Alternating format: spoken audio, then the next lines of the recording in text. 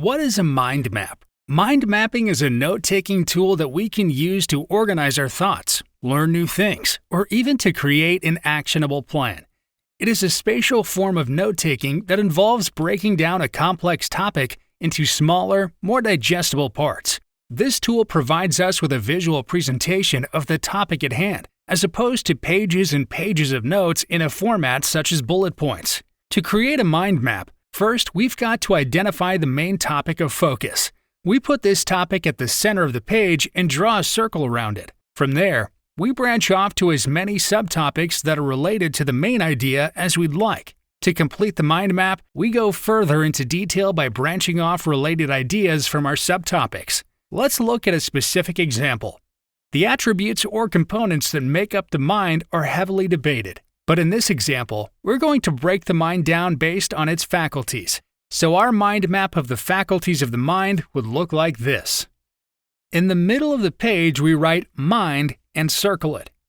We then branch off to subtopics, and in this example, those topics are 4 basic faculties of the mind: thought, memory, consciousness, and imagination.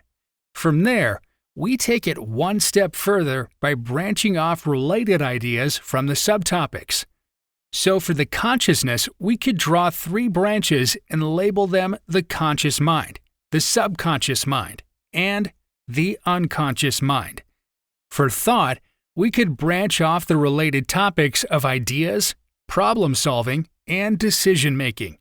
For memory, we could branch off sensory memory, short-term memory, and long-term memory. And lastly, for imagination, we will connect the related ideas of dreams, fantasies, and empathy.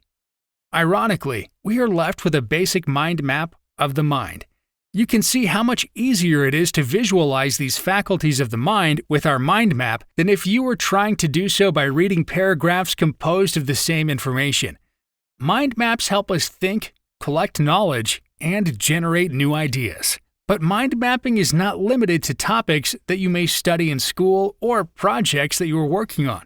For example, consider making a mind map with your name being the main topic. Creating a mind map of yourself is a great way to discover things that are most valuable to you and a great way to ensure you stay focused on your goals in life. Branch off everything that truly matters to you, and then branch off why those things matter. So then, whenever you are feeling lost or off track, you can go back to your mind map and make sure you haven't lost sight of what really matters to you.